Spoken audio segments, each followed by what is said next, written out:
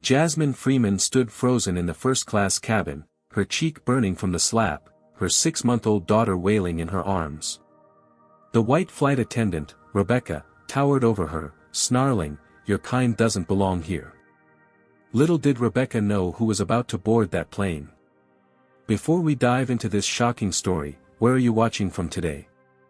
Hit that like button and subscribe if you've ever witnessed or experienced discrimination while traveling. The journey we're about to take through this story will reveal how power dynamics can shift in an instant when assumptions collide with reality. The day had started like any other for Jasmine Washington. The 32-year-old corporate attorney moved efficiently around her spacious Atlanta home, packing the last essentials for her trip to Chicago. Her Louis Vuitton carry-on was meticulously organized with everything she would need for herself and 6-month-old Zoe, who was currently being entertained by her husband Malcolm. "You sure you're okay traveling alone with her?" Malcolm asked, bouncing their daughter gently as she fussed. At 38, Malcolm Washington carried himself with the quiet confidence of someone who had built an empire from scratch. His investment firm had recently acquired a majority stake in Summit Airlines, though the deal had been kept relatively quiet for regulatory reasons. "She's just fussy because of that ear infection," Jasmine said, tucking a bottle of baby Tylenol into the diaper bag. "The pediatrician said she'll be fine to fly, and I've got her medicine." Malcolm nodded, but concern still etched his features. "I hate that I can't fly with you. This meeting came up last minute, but I'll be on the evening flight. 6 hours behind you, tops." Jasmine smiled, though there was a flicker of hesitation in her eyes. As a black woman who had clawed her way up in the predominantly white legal world, she was no stranger to the microaggressions that came with occupying spaces people didn't expect to see her in. First-class air travel was one of those spaces. "I'll be fine," she assured him, though they both knew what she wasn't saying. 5 years ago, they had met at a charity gala where Jasmine had been representing her law firm. Malcolm, already a successful investor, had been immediately captivated by her intelligence and determination. Their connection was instant, but Jasmine had been clear from the start, she would maintain her career independence. She wasn't interested in becoming a trophy wife, and Malcolm had respected that. "I've arranged a surprise for our anniversary," Malcolm said, changing the subject as he handed Zoe back to her. "That's partly why I wish I was flying with you." "You know I don't need grand gestures," Jasmine replied, though she smiled. Malcolm's thoughtfulness was one of the things she loved about him. Her phone rang, interrupting the moment. It was her mother. "You're flying alone with the baby?" her mother asked after Jasmine explained her plans. "Are you sure that's a good idea? You know how people can be." "Mom, it's 2025. I can fly first class with my baby without it being an issue." Her mother's silence spoke volumes. They both knew better. After ending the call, Jasmine turned to find Malcolm watching her with a somber expression. "I could reschedule the meeting," he offered. "No," Jasmine said firmly. "This acquisition is important to you. We'll be fine." What she didn't say was that she refused to organize her life around the potential for racism. She had spent her entire career pushing against barriers, and she wouldn't stop now, even with a baby in tow. Besides, she added with a smile, "Your name is on the airline now, right? Shouldn't that count for something?" Malcolm chuckled, but there was a tension in his laugh. They both knew that ownership didn't automatically change company culture. That was a longer project, one Malcolm had already begun planning. The airline industry had a notorious history with discrimination, and Summit Airlines was no exception. It was one of the reasons he'd been interested in the acquisition. "Just call me if anything happens," he said, kissing her goodbye. "Anything at all?" Jasmine nodded, though in her mind she was already rehearsing the practiced restraint she'd perfected over years of navigating white spaces. The calm smile, the controlled tone, the careful selection of words that wouldn't trigger accusations of being angry or aggressive. As she strapped Zoe into her car seat, she hoped it would be an uneventful flight. But a nagging feeling in her stomach told her otherwise. Atlanta International Airport bustled with early morning travelers when Jasmine arrived, maneuvering her luggage while carrying Zoe in her baby carrier. The infant had been mercifully quiet during the drive, but was beginning to squirm as they approached the check-in counter. The white attendant at the Summit Airlines premium check-in barely glanced up when Jasmine stepped forward. "Coach check-in is down there," she said, pointing toward the longer line without looking at Jasmine's ticket. "I'm flying first class," Jasmine replied evenly, sliding her ID and confirmation across the counter. The attendant's eyebrows rose slightly as she examined the documents. "You're in first class," she repeated, not quite a question but not quite a statement either. "Yes," Jasmine said, maintaining her composure. "And I'll need a gate check tag for the stroller." The woman's eyes flicked from Jasmine to baby Zoe and back again. "ID for the child? She's 6 months old and sitting on my lap." "She doesn't need ID for a domestic flight," Jasmine replied, the attorney in her coming to the surface. After a moment of scrutiny that lasted a beat too long, the attendant processed their boarding passes, her movements stiff and mechanical. At the security checkpoint, Jasmine faced another layer of subtle discrimination. While white passengers moved through with minimal scrutiny, the TSA agent examining her documents seemed to find endless reasons for additional verification.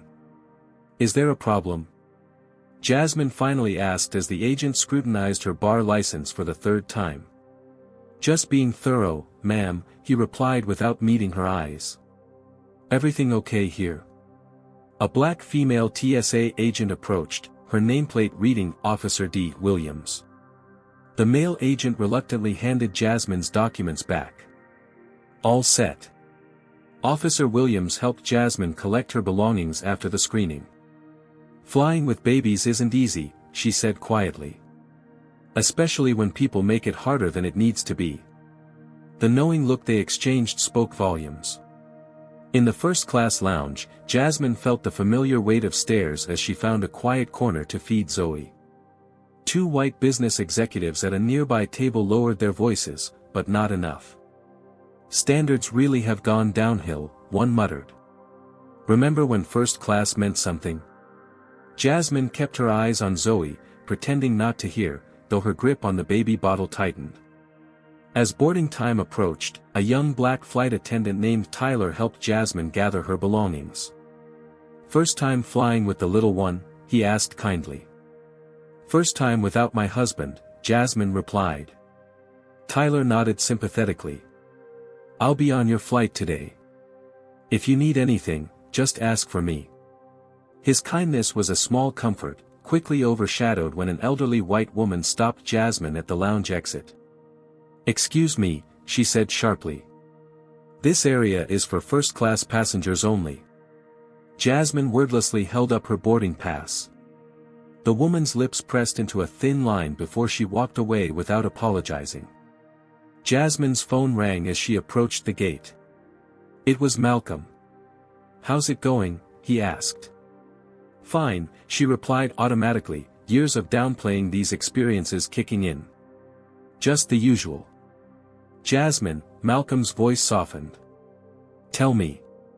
She sighed. "Nothing I can't handle. I just wish." She trailed off as Zoe began to fuss more insistently, her tiny face scrunching up in discomfort. "The pressure is probably bothering her ears already," Jasmine said. "I should go. We're boarding soon." "Call me when you land," Malcolm said. "And Jasmine? Remember whose name is on the side of that plane now." She smiled despite herself. "Love you." As she ended the call, Jasmine felt the familiar internal conflict rising. The voice that wanted to speak up against every microaggression battled with the voice of caution that had kept her safe in a world where black women were so easily labeled as troublemakers for the smallest assertion of dignity. With Zoe growing increasingly fussy and boarding time approaching, Jasmine took a deep breath and prepared herself for what lay ahead. "First-class passengers may now begin boarding," announced the gate agent, her voice echoing through the terminal. Jasmine gathered her belongings and moved toward the priority lane, Zoe squirming uncomfortably in her arms. The baby's fussing had intensified, her little face reddening with distress. As Jasmine approached the gate, a blonde flight attendant with a rigid smile and a name tag reading, Rebecca, stepped directly in front of her. "Excuse me," Rebecca said, her voice clipped. "First class is boarding now." "Yes, I know. I'm in first class," Jasmine replied, shifting Zoe to one arm so she could present her boarding pass. Rebecca's eyes narrowed slightly as she examined the ticket, then flicked up to assess Jasmine from head to toe. Her expression suggested she'd found something distasteful. "Very well," she said after a deliberate pause, stepping aside with obvious reluctance. As Jasmine boarded the plane, the contrast between the outside world and the first-class cabin was stark. Plush leather seats reclined generously, with ample space between rows. Crystal glasses were already positioned for the pre-takeoff champagne service. The lighting was soft, the temperature perfect. It was a space designed for comfort, yet Jasmine felt anything but comfortable as she made her way to her seat. Eyes followed her movement through the cabin, some curious, others disapproving. A middle-aged white man in an expensive suit actually did a double-take when she stopped at the seat next to his. "That's my seat," Jasmine said politely, nodding toward the window position in row 2. The man frowned. "You're in first class?" "Yes," Jasmine replied simply, refusing to justify her presence. With obvious reluctance, he stood to let her pass, making no effort to assist as she juggled the baby and her carry-on. Rebecca moved efficiently through the cabin, offering warm greetings and assistance to other first-class passengers while conspicuously skipping over Jasmine. When a white woman 2 rows ahead dropped her scarf, Rebecca rushed to retrieve it. When Jasmine struggled to stow her bag in the overhead compartment while holding Zoe, Rebecca watched impassively from the galley. Tyler, the friendly flight attendant from the lounge, noticed Jasmine's predicament and quickly came to help. "Let me get that for you," he offered, easily lifting her bag into the bin. "Thank you," Jasmine said gratefully. "No problem at all," Tyler replied with a genuine smile. "Can I bring you anything before takeoff? Water for you or the little one?" Before Jasmine could answer, Rebecca materialized beside them. "Tyler, you're needed in economy for pre-boarding assistance," she said sharply. Tyler hesitated, glancing at Jasmine. "Now, please," Rebecca added, her tone leaving no room for argument. With an apologetic look, Tyler headed toward the back of the plane. Zoe's fussing escalated to a full cry as the remaining passengers boarded. The businessman next to Jasmine sighed dramatically and put on noise-canceling headphones, turning away from her in obvious annoyance. "Can't you keep that baby quiet?" he muttered loud enough for Jasmine to hear. Jasmine did her best to soothe Zoe, knowing the pressure change was causing her pain. She rummaged through the diaper bag for the baby Tylenol the pediatrician had prescribed specifically for the flight. Rebecca stopped by their row, addressing only the businessman. "Can I get you a drink before takeoff, sir?" "Scotch, neat," he replied. "And maybe some earplugs." Rebecca smiled sympathetically at his joke before turning to leave without acknowledging Jasmine. "Excuse me," Jasmine called after her. "Could I get some water, please? And possibly warm water in a bottle for the baby formula?" Rebecca turned back slowly. "We'll be serving first class once we reach cruising altitude," she said, as if Jasmine had asked for something unreasonable.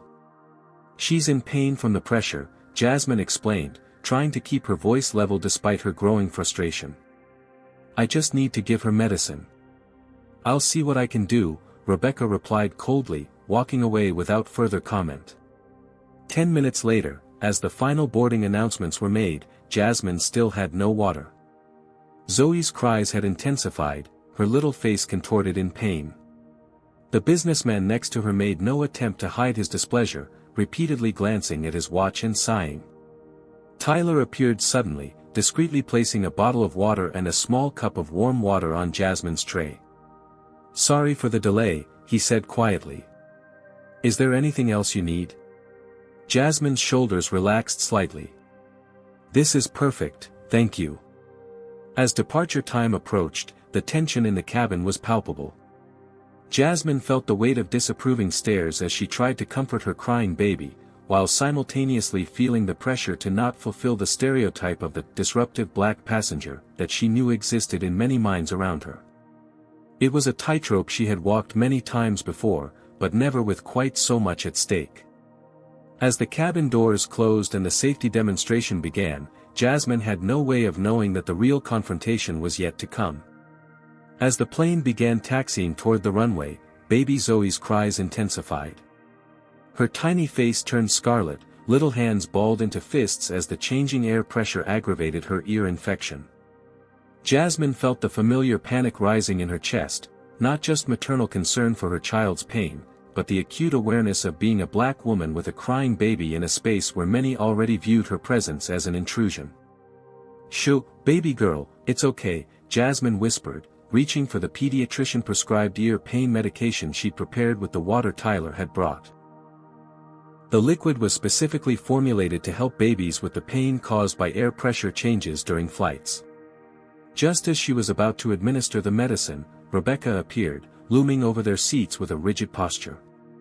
"What are you giving that baby?" she demanded loudly, drawing attention from nearby passengers. "It's prescribed medication for ear pain during flights," Jasmine explained calmly, though her heart raced. "Our pediatrician recommended it." "You're drugging an infant on my flight?" Rebecca's voice carried deliberately through the cabin. Several passengers turned to stare, and Jasmine noticed at least 2 people holding up phones, recording the interaction. Would they be recording if I were white?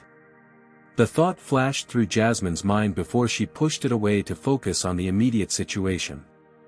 "It's not drugging," Jasmine replied, working to keep her voice steady. "It's prescribed medication for pain relief. I have the prescription information if you need to see it." Rebecca extended her hand. "I'll need to verify that." The request was inappropriate and invasive, a clear violation of privacy that Jasmine doubted would be asked of a white mother. But with all eyes on her and Zoe still crying in pain, Jasmine reluctantly reached for her purse to find the prescription information. "Is this really necessary?" asked an older white woman across the aisle, surprising Jasmine with her intervention. "Let the poor mother tend to her baby." Rebecca shot the woman a tight smile. "It's a safety precaution, ma'am. We need to verify all medications being administered on board." Tyler approached from the galley, concern evident on his face. "Rebecca, can I speak with you for a moment?" "Not now," Rebecca snapped. "I'm handling a situation." "This isn't a situation," Jasmine said, her professional demeanor fraying slightly. "This is a mother trying to relieve her baby's pain with prescribed medication." Rebecca's eyes narrowed. "I'm going to need you to watch your tone. We've had problems with certain passengers bringing unauthorized substances on board." The implication hung in the air, stunning Jasmine into momentary silence. Several gasps came from nearby passengers who caught the thinly veiled racist comment. "Did she just?" someone whispered. Jasmine took a deep breath, years of legal training kicking in. "I'd like to speak to the captain or the chief flight attendant, please." "I am the senior flight attendant on this flight," Rebecca replied, voice tight with authority. "And I'm asking you to hand over whatever you're attempting to give that child." Zoe's cries escalated, her little body trembling with discomfort. Needing to stand to properly comfort her daughter, Jasmine began to rise. "Sit down immediately," Rebecca ordered. "We're about to take off." "I need to get her pacifier from the overhead bin," Jasmine explained, already on her feet. "It will help with the pressure in her ears." "I said sit down." Rebecca placed a hand on Jasmine's shoulder, attempting to force her back into the seat. Jasmine instinctively pulled away from the unwanted contact. "Please don't touch me." What happened next seemed to unfold in slow motion. Rebecca's face contorted with rage at being defied. Her arm swung up and forward, palm connecting with Jasmine's cheek with a crack that silenced even Zoe for a split second of shock. The slap echoed through the cabin. Passengers gasped. Someone shouted, "Oh my God!"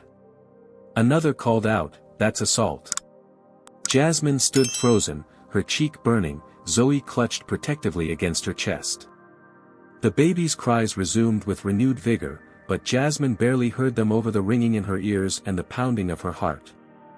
Rebecca stepped back, seemingly shocked by her own action, but quickly recovered. She was becoming aggressive, she announced to the cabin at large. I was protecting myself and other passengers. Tyler was already on the phone to the cockpit. Captain, we have a situation in first class. We need to return to the gate. The businessman next to Jasmine had removed his headphones, his expression stunned. I saw the whole thing, he said to no one in particular. The flight attendant hit her for no reason. The cabin erupted in overlapping conversations. The plane halted its taxi toward the runway. Ladies and gentlemen, came the captain's voice over the intercom. Due to a situation in the cabin, we will be returning to the gate. Please remain seated with your seatbelts fastened. Rebecca pointed a finger at Jasmine. You'll be removed from this flight, she hissed. We have zero tolerance for disruptive passengers. Jasmine finally found her voice. I'm not going anywhere, she said, her tone low and controlled despite the chaos inside her. What you just did was assault, and it was witnessed by a plane full of people. As the aircraft slowly turned back toward the terminal, Jasmine gently rocked Zoe, trying to process what had just happened. In all her years of experiencing racism, no one had ever physically attacked her. And in all her years as an attorney, she had never been so certain of having a clear-cut case. What just happened in this first-class cabin? Was the flight attendant justified in her actions, or did we just witness a shocking display of racism and assault? Comment number 1 if you think Rebecca was out of line slapping a mother holding her baby. Comment number 2 if you believe she was just doing her job. Like this video if you've ever witnessed discrimination while traveling, and subscribe to see what happens when this plane returns to the gate. Will Jasmine be removed from the flight as Rebecca threatened, or is there a twist coming that no one saw coming? Let's find out what happens when the cabin doors reopen. Everyone remain in your seats, the captain's authoritative voice commanded over the intercom as the aircraft came to a complete stop at the gate. The seatbelt sign remained illuminated, casting its amber glow throughout the cabin. Jasmine sat rigidly in her seat, one hand cradling Zoe, the other pressed against her still stinging cheek. The cabin had divided into factions, those openly sympathetic to Jasmine, those supporting Rebecca, and the majority who kept their heads down, uncomfortable witnesses to the unfolding drama. Rebecca stood in the galley, speaking in hushed but intense tones with Tyler. Her posture was defensive, her gestures sharp and accusatory as she occasionally pointed toward Jasmine. Tyler's expression remained professional, but the tension in his jaw betrayed his feelings about the situation. Airport security has been called, Rebecca announced to the cabin at large, her voice carrying an artificial note of regret. We apologize for the delay, but disruptive passengers must be removed for everyone's safety. Disruptive? A woman 3 rows back spoke up. She was trying to give medicine to her baby. You didn't see everything, Rebecca replied smoothly. She became aggressive when I asked her to remain seated during taxi. The cabin door opened, and 2 airport security officers boarded, followed by a man in a Summit Airlines management uniform. His badge identified him as Douglas Porter, customer service manager. Jasmine noticed something immediate and unsurprising, all 3 men were white. What seems to be the problem here? Porter asked, his eyes moving between Rebecca and Jasmine. Rebecca stepped forward immediately. This passenger refused to follow safety instructions and became combative when asked to stay seated during taxi. When I attempted to de-escalate the situation, she became physically threatening. I was forced to defend myself. The security officers turned their attention to Jasmine, their hands moving instinctively to rest on their belts. Ma'am, we're going to need you to gather your belongings and come with us, the taller officer said, his tone leaving no room for argument. I did nothing wrong, Jasmine stated clearly, her attorney's training evident in her measured response. This flight attendant, she nodded toward Rebecca, denied me water for my baby's medication, made racist insinuations about certain passengers bringing unauthorized substances on board, and then physically assaulted me when I stood to retrieve my daughter's pacifier. She's lying, Rebecca interjected. I would never. I have it on video, called a voice from the back of first class. A young Asian woman held up her phone. I started recording when she accused the mother of drugging her baby. I captured everything, including the slap.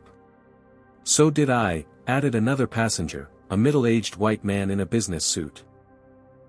That was completely unprovoked assault on a passenger who was doing nothing wrong. Porter's expression tightened as he realized the situation was more complicated than Rebecca had suggested. The security officers exchanged glances, suddenly less certain about who the problem was. I practice law in 3 states, Jasmine said quietly but firmly. What happened here was assault, battery, and a clear violation of airline policies against passenger discrimination. I'm not leaving this aircraft unless it's to file formal charges. The businessman who had been sitting next to Jasmine unexpectedly spoke up. I saw everything. The mother did nothing wrong. The flight attendant was hostile from the moment she boarded. Tyler stepped forward. Mr. Porter, I think we should review the aircraft's security footage before making any decisions.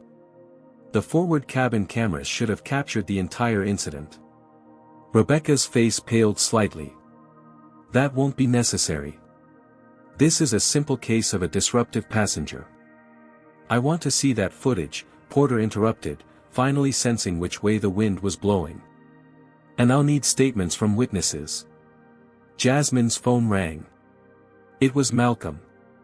With everything happening, she'd forgotten to text him about the delay. I need to take this, she said, answering the call as the security officers and Porter continued interviewing witnesses. Jasmine? What's happening? The flight tracker shows you're still at the gate. Malcolm's voice was tight with concern. In as even a tone as she could manage, Jasmine recounted what had happened. She could hear Malcolm's breathing change as she described the slap. She put her hands on you. His voice was dangerously quiet. In front of everyone, Jasmine confirmed. They're trying to remove me from the flight, but passengers are speaking up. Some have video. I'm on my way, Malcolm said, and Jasmine could hear him already moving, doors closing, keys jingling. Don't sign anything. Don't agree to anything. I'll be there in 20 minutes. The call ended just as Porter approached her seat again. His demeanor had shifted dramatically, now almost deferential. Ms. Washington, we've reviewed some of the passenger videos and spoken to witnesses. It appears there's been a misunderstanding. A misunderstanding? Jasmine repeated incredulously. Your employee assaulted me while I was holding my baby. That's not a misunderstanding, that's a crime. Porter swallowed hard. We'd like to offer you an upgrade to our premium suite service on a later flight, with our sincere apologies. I'm not interested in an upgrade, Jasmine cut him off. I want this documented. I want the footage preserved. And I want that flight attendant removed from this aircraft immediately. Rebecca, who had been hovering nearby, stepped forward. You can't demand that. I've been with this airline for 15 years. And you've had 3 previous complaints of discriminatory treatment filed against you in the past year alone, Tyler said quietly, surprising everyone. All from black passengers. All mysteriously dismissed without investigation. Rebecca's face contorted with fury. You had no right to access my personnel file. I didn't, Tyler replied. But I did file one of those reports when I witnessed your behavior on a flight to Denver last month. The passenger was too afraid of retaliation to file it herself. The security officers, now fully aware they were in the middle of a situation that could easily become a PR nightmare and potential lawsuit, took a step back. Mr. Porter, one said carefully. How would you like us to proceed? Before Porter could answer, a commotion at the front of the aircraft drew everyone's attention. A tall, imposing man in an impeccably tailored suit was boarding the plane, radiating authority. The gate agent who had tried to stop him was trailing helplessly behind. "Sir, you can't just board the aircraft." "Sir." Malcolm Washington ignored her completely, his eyes scanning the cabin until they found Jasmine and Zoe. The relief on his face at seeing them physically unharmed was quickly replaced by cold fury as he noted the red mark still visible on Jasmine's cheek.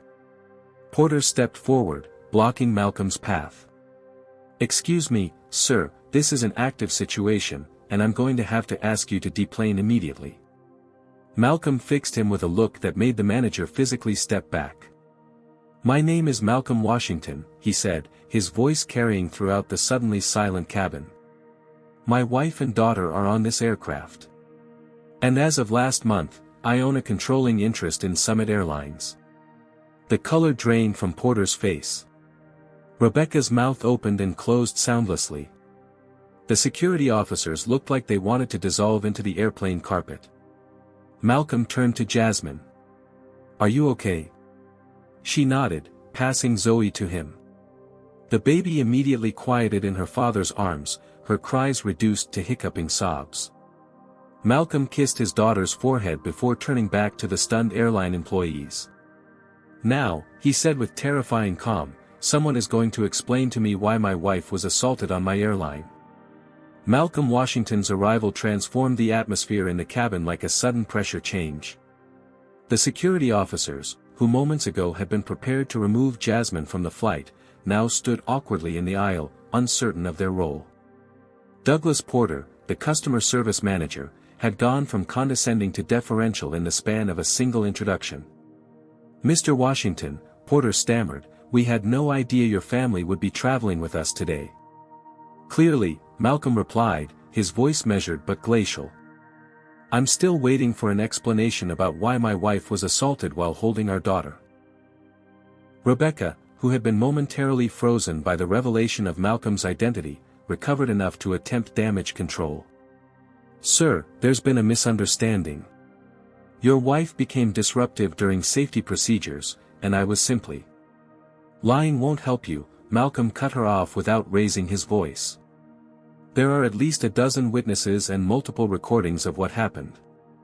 He turned to Tyler. "Please contact the flight deck and inform the captain that I need to review the security footage immediately." Tyler nodded and moved toward the cockpit phone. "Mr. Washington," Porter interjected, perspiration beading on his forehead, "perhaps we could discuss this privately, away from the other passengers." Malcolm surveyed the cabin, where every eye was fixed on the unfolding drama. Some passengers were still openly recording on their phones. "I think we're well past privacy, don't you?" Malcolm replied. "But I would like everyone to have the option to deplane if they wish. This flight won't be taking off anytime soon." Porter signaled to the gate agent who was still hovering anxiously at the cabin door. "Please announce that passengers may deplane if they choose, and that we'll be rebooking them on the next available flight with compensation." As the announcement was made, Malcolm knelt beside Jasmine's seat, Zoe still cradled in one arm. "Are you really okay?" he asked softly, his public persona falling away to reveal genuine concern. "I will be," Jasmine replied, the tension in her shoulders easing slightly at his presence. "But I'm not letting this go, Malcolm. Not just for me, but for everyone who doesn't have the protection of being married to the owner of the airline." Malcolm nodded, understanding exactly what she meant. He'd built his fortune by recognizing when personal moments reflected systemic issues. This was both. The captain emerged from the cockpit, a tall man with graying temples and the confident bearing of someone used to command. His nameplate read, Captain Richard Harmon. "Mr. Washington," he said, extending his hand. "I wasn't aware you were on board." "I wasn't until a few minutes ago," Malcolm replied, standing to shake the captain's hand. "But my wife and daughter were supposed to be enjoying your first-class service, not being assaulted by your staff." Captain Harmon's expression darkened. "I've just reviewed the security footage from the forward cabin cameras. What I saw was completely unacceptable and violates every standard of customer service and professional conduct we maintain." Rebecca, who had been conferring with Porter, stepped forward. "Captain, I was responding to a security threat. "That's enough, Ms. Winters," the captain cut her off sharply. "The footage clearly shows you striking a passenger who was holding an infant. There is no possible justification for that action." While most of the economy passengers had opted to remain on board, curious about the delay but unaware of its cause, several first-class passengers had chosen to deplane. Those who stayed watched the proceedings with undisguised interest. The businessman who had been seated next to Jasmine approached Malcolm. "Sir, I'd like to provide my contact information as a witness. What happened was inexcusable." "Thank you," Malcolm said, pulling out his phone. "If you could email me directly." As they exchanged information, the aircraft door opened again to admit several more people, 2 airport police officers, a harried-looking woman in a Summit Airlines executive uniform, and a man Malcolm immediately recognized as Thomas Reynolds, the airline's chief operating officer. "Malcolm," Reynolds said, his face a mask of professional concern. "I just heard. This is Diane Lewis, our VP of Customer Experience." Lewis stepped forward, her expression grave. "Mr. and Mrs. Washington, on behalf of Summit Airlines, I want to express our deepest apologies for what happened today." "Apologies aren't enough," Malcolm replied. "I want to see the security footage myself, and then I want an emergency meeting with every executive currently in this airport. What happened today isn't isolated, it's symptomatic." Reynolds nodded rapidly. "Of course. We can use the private conference room in the first-class lounge." Malcolm turned to the airport police officers. "My wife was assaulted. She may wish to press charges." The officers, who had clearly been briefed on the high-profile nature of the situation, nodded professionally. "We're here to take statements and document the incident, sir." Rebecca, seeing the seriousness of her situation finally dawning, tried one last defense. "I've been a loyal employee for 15 years. I've never had any serious complaints." "That's not true," Tyler interjected, stepping forward with his phone. "I've pulled up the internal complaint system. There have been 27 complaints about Ms. Winters in the past 3 years alone. 18 of them were filed by passengers of color." Malcolm's expression darkened further. "And how many were investigated?" Tyler scrolled through his phone. 3. All dismissed for insufficient evidence. The VP of Customer Experience blanched. "I wasn't aware of this pattern." "That's the problem," Malcolm said quietly. "No one was aware, or no one wanted to be aware. Either way, it ends today." As the group prepared to deplane and continue the discussion in the private lounge, Malcolm helped Jasmine gather her belongings. Zoe had finally fallen asleep, exhausted from crying. "I'm sorry your trip started this way," Malcolm said softly. "But maybe it happened for a reason. This was going to be my first major initiative as owner anyway, addressing the culture of discrimination in the airline. Now it's just happening faster than planned." Jasmine looked at her husband with a mixture of love and fierce determination. "Then let's make it count." As they walked up the jet bridge, Malcolm carrying Zoe and Jasmine walking beside him, passengers and staff alike stared at the power couple whose presence had transformed an act of discrimination into what would soon become a watershed moment for the airline industry. Rebecca Winters, flanked by the airport police, walked several paces behind them. Her face, once twisted with authority and disdain, now showed the first glimmers of understanding that her actions had consequences, and that sometimes, those consequences came from unexpected places. The Summit Airlines VIP lounge had been hastily converted into a crisis management center. Security guards stood outside, turning away regular passengers with apologetic smiles and vouchers for the main lounge. Inside, the atmosphere was tense enough to cut with a knife. Malcolm and Jasmine Washington sat side by side at the head of the conference table, baby Zoe sleeping peacefully in a portable bassinet beside them. Across from them sat a row of increasingly uncomfortable airline executives, summoned on short notice and still trying to gauge the severity of the situation. Thomas Reynolds, the airline COO, cleared his throat. "Again, Mr. and Mrs. Washington, we want to express our deepest apologies for what happened today. "I don't want apologies," Malcolm replied, his voice controlled but firm. "I want accountability and I want change." On the large screen at the end of the room, security footage from the aircraft played silently. The footage was damning, showing Rebecca's unprovoked slap with crystal clarity. There was no room for interpretation, no gray area that could be exploited for plausible deniability. Diane Lewis, the VP of Customer Experience, couldn't tear her eyes away from the screen.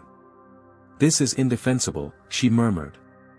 "And yet you're prepared to defend it," Jasmine said, speaking up for the first time since entering the room. As a corporate attorney, she'd sat in enough of these meetings to recognize the subtle positioning. "Your first instinct was to remove me from the aircraft, not the person who assaulted me." Lewis had the grace to look ashamed. "Our procedures." "Your procedures are part of the problem," Malcolm interrupted. "They're designed to protect the airline, not passengers who experience discrimination. That's going to change." The door opened, and a flustered woman from legal entered, carrying a stack of files. "Mr. Reynolds, I have the information you requested on previous incidents." Reynolds took the files, but Malcolm reached over and slid them toward himself. "These concern my airline and my wife. I'll review them first." No one challenged him as he opened the first file. His expression darkened as he read. 27 complaints against Rebecca Winters in 3 years, he said, looking up at the executives. 18 from passengers of color. Only 3 investigated, all dismissed. He flipped to another page. Passenger removed from flight after complaining about being refused pre-flight beverage service while white passengers received theirs. Passenger removed for non-compliance after requesting a different seat assignment when a flight attendant repeatedly confused her with the only other black woman in first class. The executives shifted uncomfortably in their seats. "This isn't about one flight attendant," Malcolm continued, his voice gaining intensity without rising in volume. "This is about a system that enabled her. That protected her. That tacitly approved her behavior by failing to address it. We have diversity training programs," Lewis offered weakly. "Clearly they're not working," Jasmine replied. "Or they're just performative checkboxes with no accountability mechanisms attached." Reynolds leaned forward. "Malcolm, we understand your concerns. But you've only owned a controlling interest for a month. These issues predate your involvement. And now addressing them becomes my first priority," Malcolm replied. "I didn't buy into Summit just as a business investment. I saw an opportunity to transform an industry with a notorious history of discrimination." He pulled out his tablet and slid it across the table. On the screen was a comprehensive proposal titled Equality in the Skies Initiative. "I was planning to present this at the next board meeting," Malcolm explained. "It outlines a complete overhaul of hiring practices, training protocols, customer complaint procedures, and accountability mechanisms. But after today, we're implementing it immediately, not gradually." The executives exchanged glances, recognizing that this wasn't a negotiation. Outside the conference room, the situation was escalating in ways no one inside yet realized. Passengers from the flight had shared videos of the incident on social media, where they were spreading like wildfire. Hashtags like #FlyingWhileBlack and #Summit Airlines were trending. News vans had already arrived at the airport. A knock at the door interrupted the tense meeting. An anxious public relations manager entered, her face pale. "Mr. Reynolds, Mr. Washington," she said, "we have a situation developing. The videos have gone viral. All major networks are running the story, and they're requesting statements." She held up her phone to show them a news alert: "Black mother slapped by flight attendant, airline owner husband intervenes." Malcolm turned to the PR manager. "Set up a press conference. 1 hour from now." "Sir, we typically need more time to prepare messaging and—" 1 hour, Malcolm repeated firmly. "No prepared statements. No corporate speak. Just honesty and accountability." As the PR manager hurried out, the door opened again. This time, It was a security officer escorting Rebecca Winters and Douglas Porter, the customer service manager who had initially tried to remove Jasmine from the flight. Rebecca's earlier defiance had given way to visible anxiety. Porter couldn't meet anyone's eyes. "You wanted to see them, sir?" the security officer asked. Malcolm nodded. "Ms. Winters, Mr. Porter, please have a seat." They sat at the far end of the table, as far from the Washingtons as possible. "Ms. Winters," Malcolm began, "I've reviewed the footage of your assault on my wife, as well as your history of complaints from passengers of color. Can you explain why you should remain employed by my airline?" Rebecca straightened in her chair, falling back on 15 years of entitlement. "I've been a loyal employee for." "Loyalty isn't a virtue when it's attached to discriminatory behavior," Malcolm cut her off. "Try again." Rebecca's facade cracked. I don't believe I was being discriminatory. I was following procedures for disruptive passengers.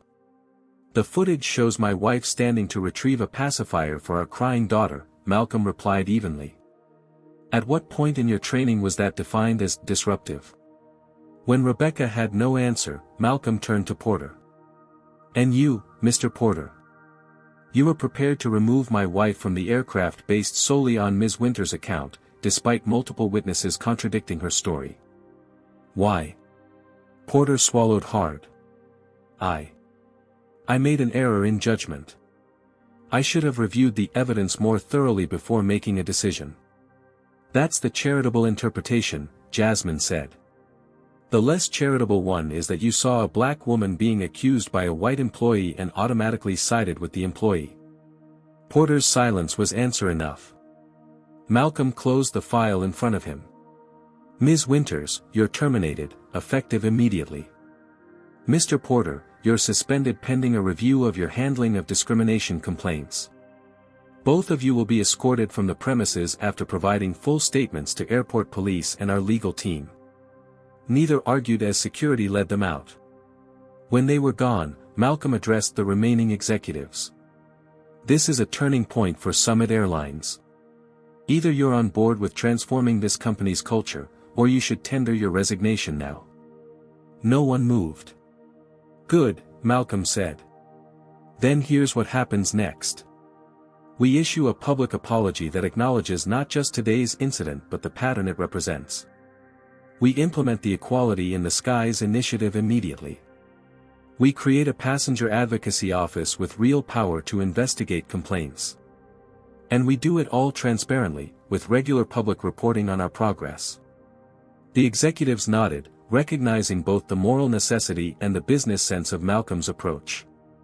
As the meeting continued with discussion of implementation details, Jasmine gently rocked Zoe's bassinet. What had begun as a traumatic travel experience was transforming into something powerful, a catalyst for change that would affect not just one airline but potentially an entire industry. It was, Jasmine reflected, a perfect example of why representation mattered at every level of business. Without Malcolm's ownership stake, today's incident would likely have been buried like so many before it. With it, the incident became a lever to move an entire corporate culture.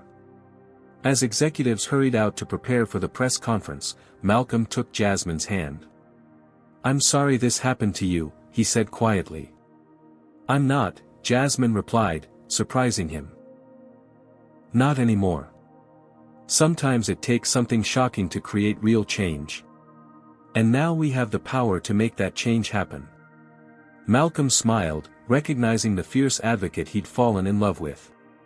Together, they prepared to face the cameras and transform a moment of discrimination into a movement for accountability.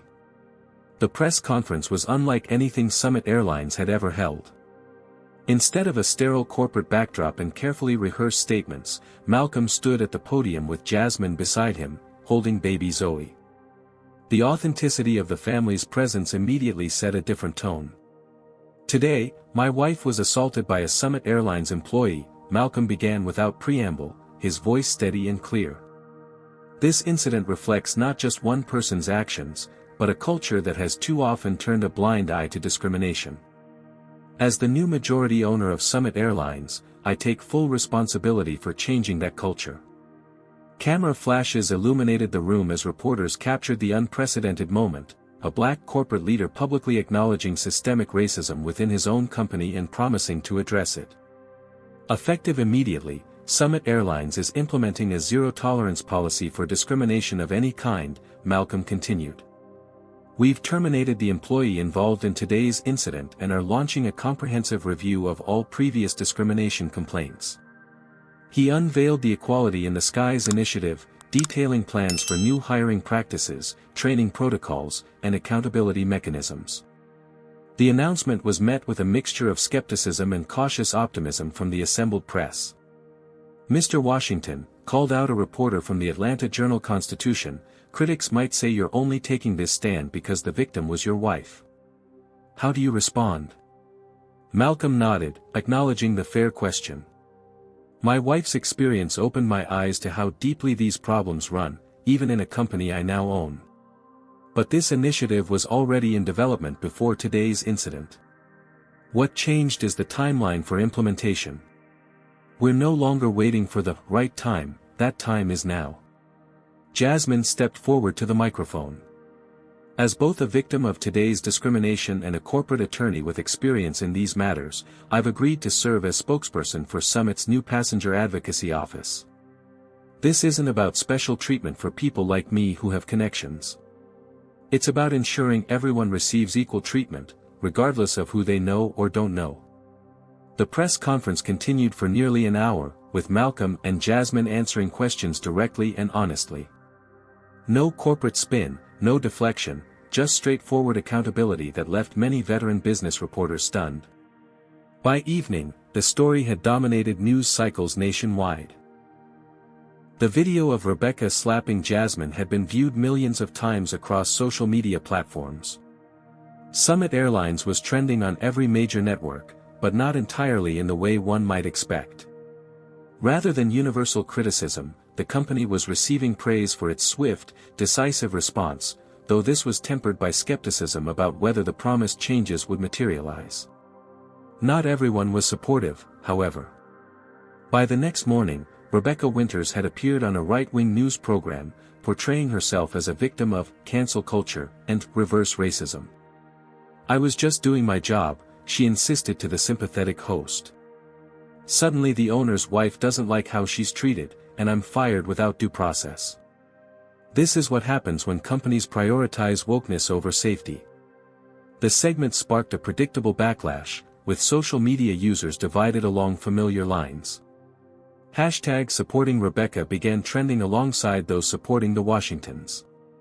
Malcolm watched the segment from his hotel suite in Chicago, where the family had finally arrived late the previous night. Exactly as expected, he said, turning off the television. She's playing to her base, Jasmine agreed, feeding Zoe her morning bottle. But the video speaks for itself. No amount of spin can change what people can see with their own eyes. Malcolm's phone rang, Thomas Reynolds, the COO, calling with an update.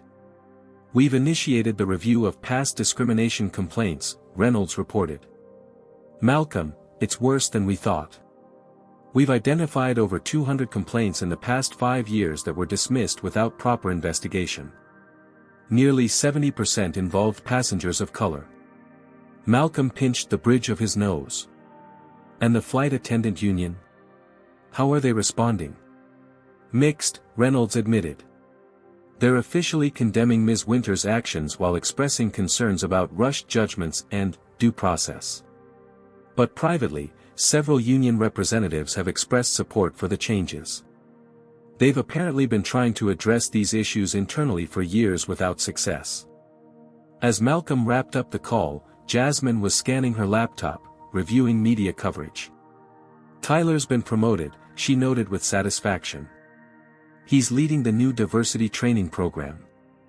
Smart choice, he was already documenting these problems from the inside.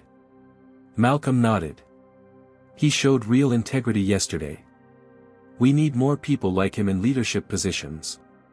Their conversation was interrupted by a security alert from the hotel. A small group of protesters had gathered in the lobby, some supporting Rebecca Winters, others supporting the Washingtons. The hotel management was requesting guidance. "This is just the beginning," Malcolm sighed. "The backlash will get worse before it gets better." "Let them protest," Jasmine said firmly. "As long as they remain peaceful." This conversation needs to happen, even when it's uncomfortable. Over the following days, the story continued to evolve.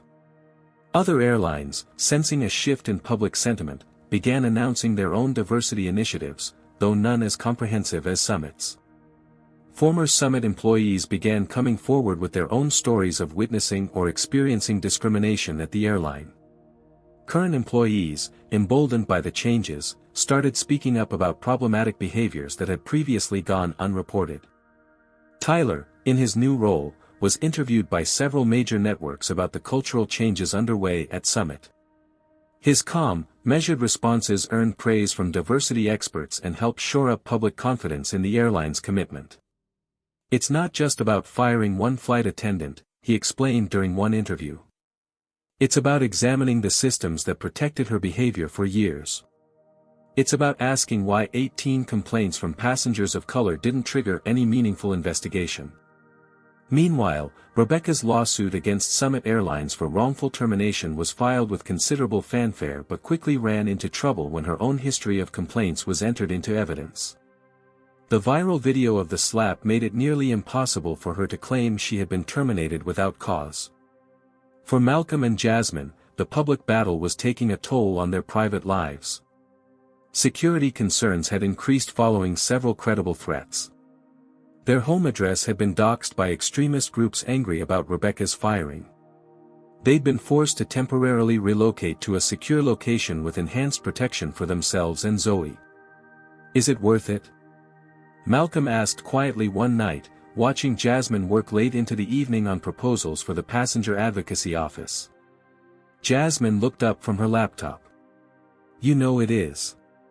This was never just about one incident or one flight attendant.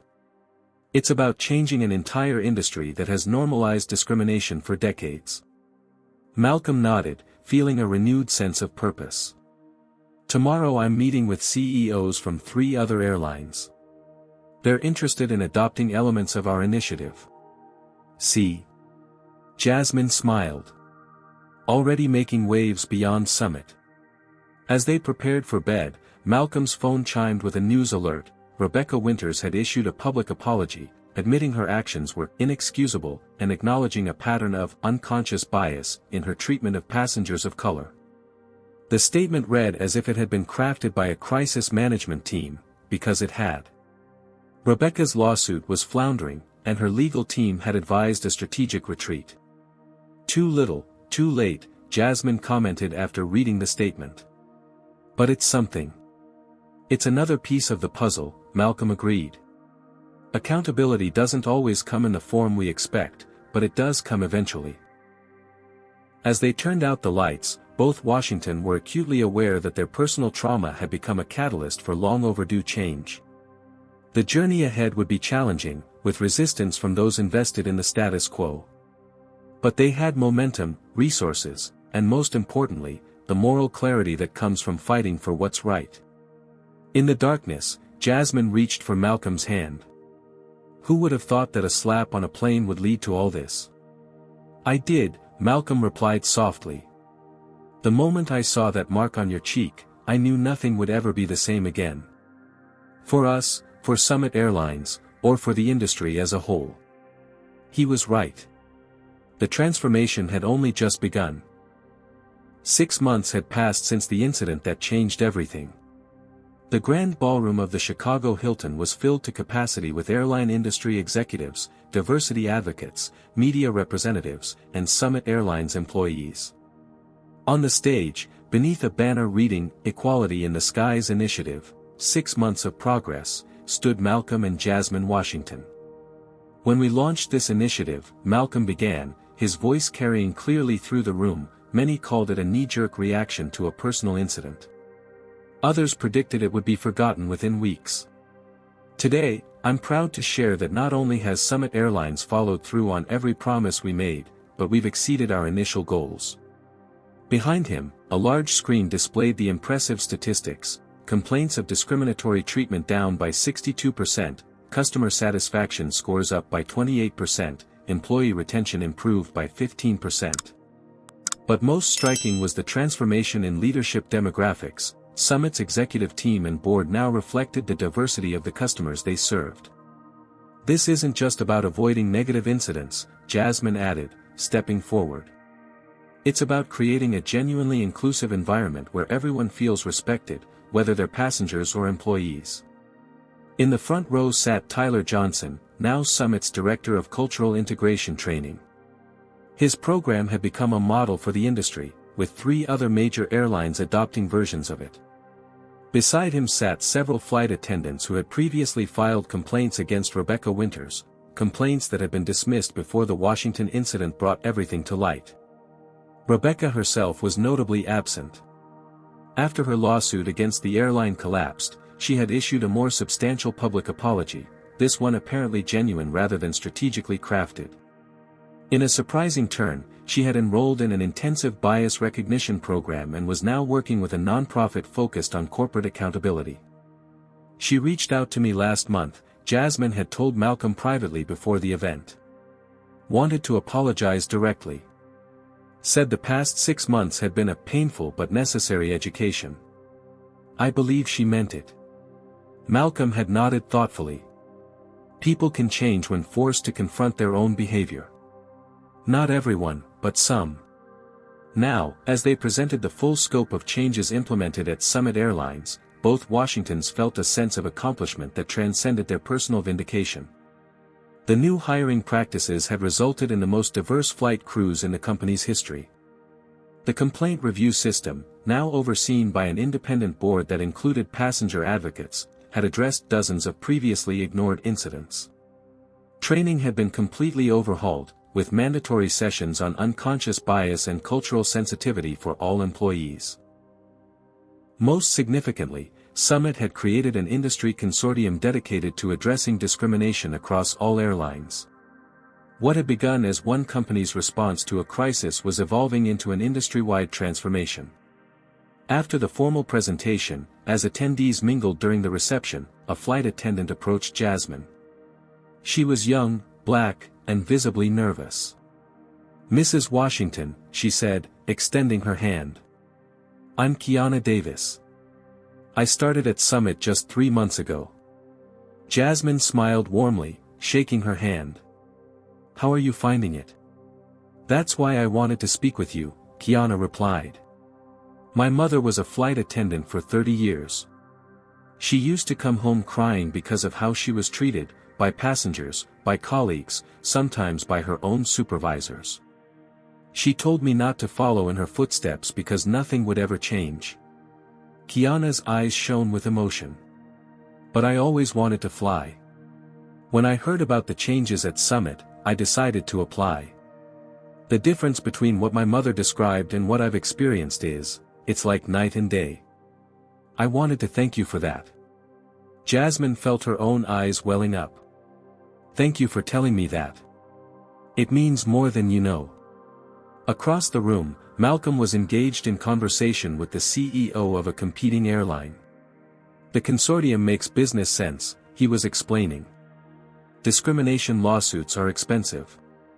Negative publicity is expensive. High employee turnover is expensive. This isn't just about doing the right thing, though that should be reason enough. It's about creating sustainable, profitable businesses that don't hemorrhage money dealing with preventable problems." The CEO nodded thoughtfully. "Your numbers are certainly compelling.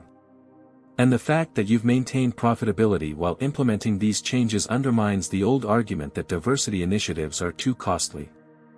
"They're only costly when they're superficial," Malcolm replied. "When they're authentic and thorough, they pay for themselves many times over." Later that evening, as the Washingtons' car took them back to their hotel, Zoe babbled happily in her car seat. At 1 year old, she was blissfully unaware of the significance of the day or the role she had inadvertently played in prompting industry-wide change. "I flew commercial last week," Jasmine said, breaking a comfortable silence. "First time since the incident." Malcolm looked surprised. "You didn't mention it." I wanted to experience it as an ordinary passenger, not as the owner's wife or the woman from the video, she explained. It was different. The crew was diverse. The passenger next to me was an elderly white woman who struck up a conversation about Zoe's pictures on my phone. No one questioned why I was in first class. One flight doesn't mean everything's fixed, Malcolm cautioned. Of course not, Jasmine agreed. We still have so much work to do. But it felt like a glimpse of what could be. What should be. Malcolm reached for her hand. That's what we're building toward. Not perfection, but progress. Real, measurable progress. As their car pulled up to the hotel, Malcolm's phone buzzed with a notification. The Equality in the Skies initiative had just been nominated for a prestigious Diversity and Inclusion Award. More importantly, the Department of Transportation had announced plans to study Summit's approach as a potential model for new industry regulations. Look at this, he said, showing Jasmine the news alert. What began with a terrible moment for our family might end up changing federal policy. Jasmine smiled as she lifted Zoe from her car seat. Sometimes that's how change happens. Not through grand plans and noble intentions, but through ordinary people refusing to accept injustice, even in seemingly small moments. As they entered the hotel, several guests recognized them, offering nods of respect or words of encouragement. The Washingtons had become reluctant symbols of a movement larger than themselves, a movement that had transformed a personal injury into institutional change. That night, as Zoe slept peacefully in the suite's nursery area, Malcolm and Jasmine sat on their balcony overlooking the Chicago skyline. In a strange way, Malcolm said reflectively, we should almost thank Rebecca Winters. Jasmine raised an eyebrow. Thank the woman who slapped me? Not for the slap, Malcolm clarified. But for creating such a clear, undeniable example of what had been happening in less visible ways for years. Sometimes you need a catalyst that no one can ignore or explain away. Jasmine considered this. I suppose so. Though I would have preferred a catalyst that didn't involve physical assault. Fair point, Malcolm acknowledged with a soft chuckle. But look at what's come from it. Real change. Measurable change. The kind of change that affects millions of travelers and thousands of employees. They fell silent, contemplating how far they'd come in 6 months, and how much work still lay ahead. The Equality in the Skies initiative was now a case study in effective corporate response to discrimination. Business schools were teaching it. Other industries were studying it. When I was in law school, Jasmine said after a while, one of my professors told me that true justice isn't just about punishing wrongdoing. It's about creating systems where wrongdoing becomes less likely in the first place. Malcolm nodded. That's exactly what we're building. As the lights of Chicago twinkled below them, both Washingtons felt the weight and the privilege of their position. They had transformed a moment of personal trauma into a movement for structural change. The work wasn't finished, it might never be truly finished, but they had created momentum that would continue long after the memory of that fateful flight began to fade. In the nursery, Zoe slept soundly, unaware that the world she would grow up in would be slightly more just, slightly more equal than it had been before. And that, perhaps, was the most meaningful outcome of all. This story reminds us that true change often begins with a single moment of courage. Jasmine's experience highlights how discrimination persists in spaces where power imbalances exist, and how quickly those dynamics can shift when people with privilege use their position to demand accountability. The Washington family turned a traumatic incident into systemic transformation by refusing to accept an individual apology or quick fix. Instead, they recognized that Rebecca's behavior was a symptom of deeper institutional problems. The most powerful lesson here is that real change requires both individual accountability and structural reform. Malcolm didn't just fire Rebecca, he overhauled the entire system that protected her behavior for years. He recognized that his position of privilege gave him the power to make changes that others could not, and he used that power responsibly. For those without Malcolm's resources, this story reminds us that documentation, persistence, and collective action remain our most effective tools against discrimination. Tyler's quiet documentation of previous incidents ultimately provided crucial evidence. The passengers who recorded the assault created undeniable proof. Together, these actions created the foundation for lasting change. Have you ever witnessed discrimination while traveling? Comment below with your experience and how you responded, or how you wish you had responded. Did this story change how you'll approach situations where you see someone being mistreated? Hit that like button if you believe in the power of accountability, and subscribe for more stories about ordinary moments that lead to extraordinary change. Share this video with someone who needs a reminder that speaking up matters, even when it's difficult. Thank you for joining me on this journey of examining the complexities of race, privilege, and power in everyday situations. Until next time, remember that true transformation often begins with a single moment of courage, whether that's standing up for yourself or being an ally to someone else.